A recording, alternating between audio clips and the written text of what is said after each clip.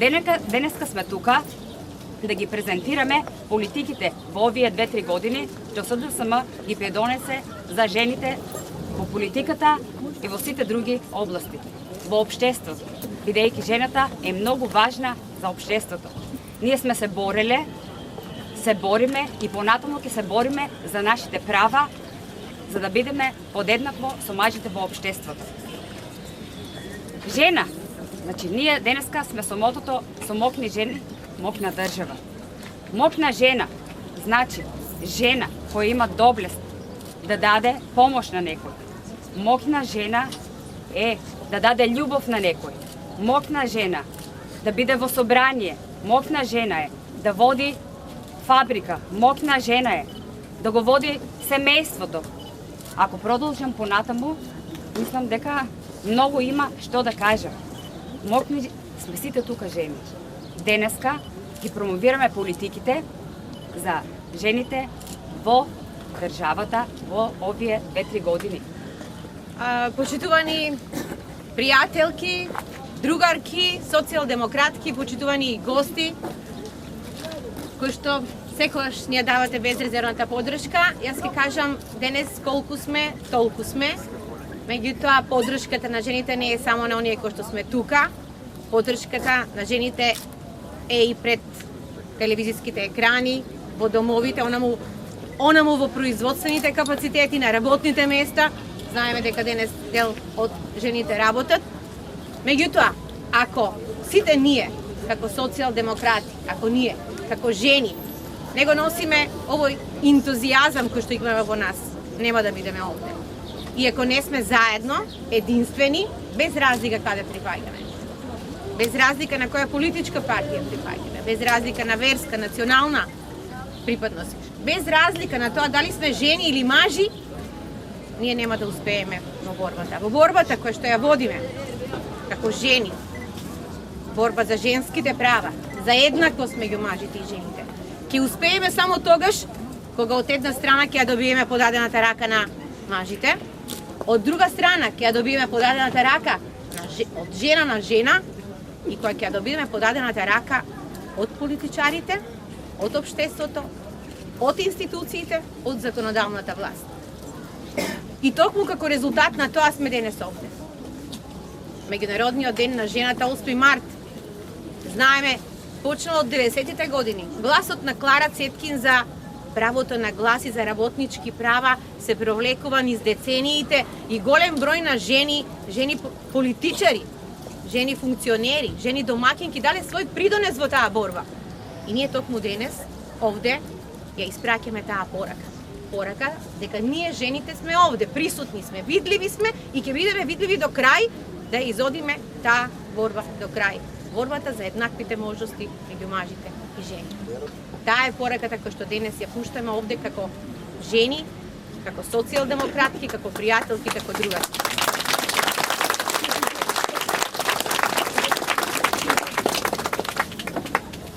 Вие знаете дека јас како дел од парламентарниот дом гласавме за битни и суштински закони кои што се од огромно значење за да ја подигнеме нивото на родовата еднаквост во општеството. Еден од законите за кој што порано зборувавме беше законот за абортусот или прекид на бременоста. Ние го сменивме тој закон. Затоа што сметаме дека жената е таа која што треба да располага со сопственото тело и тоа е основно човеково право и ние стоиме на тоа и затоа го променивме законот за прекид на бременоста. Го донесовме закон за заштита од дискриминација. Продолжуваме да стоиме на ставот дека нема потреба од дискриминација во општеството, вклучително и дискриминацијата кон жените во општеството. Го донесовме и ја ратификувавме Истанбулската конвенција. Да обезбедува заштита и превенција не само од семејно насилство, туку од било каков вид на заштита и превенција на жената, економска, мобинг на работното место, психичка. И тоа е многу важно, затоа што жената мора да го најде своето место во општеството во било која сфера. Сега институциите се наред за да ги спроведуваат сите оние мерки кои што треба да ги спроведуваат за да може да се имплементира Истанбулската конвенција. Во континуитет се бориме за правата на жените, Знаете дека минималната плата со минималната плата беа погодени токму најголем дел од жените кои што работат во производствените, во чевларската, во кожарската индустрија, во текстилната индустрија. Зема 8-9 илјади плата, сега е 14.500 и понатаму продолжуваме со мерки за раст на минималната плата. И тоа е една од мерките кои што навистина најмногу ги засега овие жени кои што работат во овие производствени капацитети. Ќе продолжиме и понатаму во заштита на работничките права. Ние во Собранието направивме една стратегија и се обединевме сите заедно. Во клубот на пратенички направивме еден консензуален акцијски план и стратегија во која што сите заедно, еве од овде јас повторно ги повикувам, сите оние жени, без разлика на политичките партии, како што тоа го направивме во клубот на пратеници, да се обединиме и заедно да работиме на женските права во општеството, на родовата еднаквост во општеството. Направивме доста, ни предстои уште огромна работа. Ако мислиме дека жената треба да има равнотежа помеѓу приватниот и помеѓу професионалниот живот, значи мора да обезбедиме начин на кој што некој мора да се грижи за децата. Знаеме дека процентот на жените и трудот на жената е најчесто неплатен во општеството. И токму како резултат на тоа работиме, се изградија 43 детски градинки, ќе продолжиме и понатаму, затоа што грижата на децата ја ослободува жената да може да се посвети на својот професионален живот. Градењето на домови за стари лица, и тоа повторно ја ослободува жената да може да се посвети на својот професионален живот. Скратено работно време, работа од дома, слободна недела за семејството. Тоа се сите мерки кои што овозможуваат да најдеме равнотежа помеѓу професионалниот и помеѓу приватниот живот на жената. Јас верувам дека ако се обединиме сите заедно, ќе успееме во таа борба. Женските права и еднаквите можности во општеството го прават општеството уште посреќно. И токму како резултат на тоа, ние продолжуваме заедно во борбата за женските права и еднаквите можности во општеството. Жената мора да го најде своето место во сите сфери па во политичкиот живот. И токму како резултат на тоа дадовме иницијатива за промени во изборниот закон. Можеби овој парламентарен состав не успеа да бидеме во закон 50% мажи, 50% жени на пратеничките листи.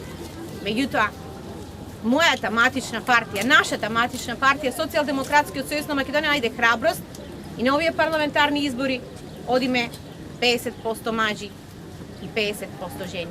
Се надевам наредниот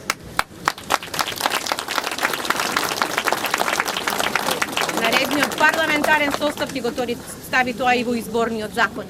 Работиме на зголемување на процентот на жени на советничките листи, жени градоначалници, жени министри.